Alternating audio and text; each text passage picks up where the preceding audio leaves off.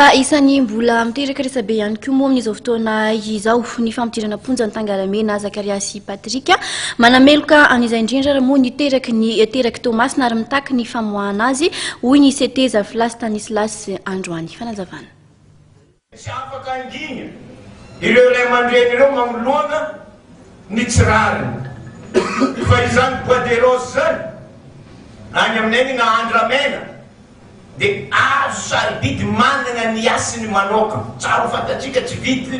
vitany hoe lafo vidy izy ivelany fa manana ny asiny manokana mihitsy izy any aminay io Andramena io na olona voany voriky na azo mosavy de akagna io Andramena io kikisana io Andramena io de atao agnaty rano matimaty sady tsy mafana tsy mangatsika loatra de ampisotroina an'le olona de afaka ho azy io mosavy io zay no mahatonga ny Tangalamena mitsanga ary tsy mipetrapetra-poana fa tegna miaro an'io tsy vitany areny amin'ny faritra Antsinanana iny le raha fa areny pirenena ary mitondra asina lehibe ho an'ny firenena malalantsika eto. Vokatry zay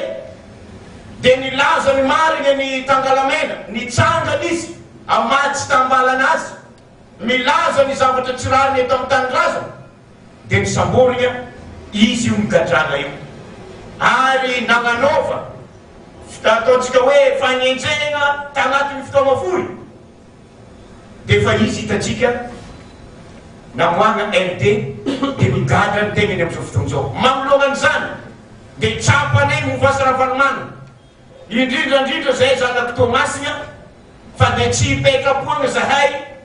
fa dia magnameloka tanteraka ny zavatra atao satria ny zavatra hitanay amin'izao fotoana zao de zanako orotanana ty Madagasikara ity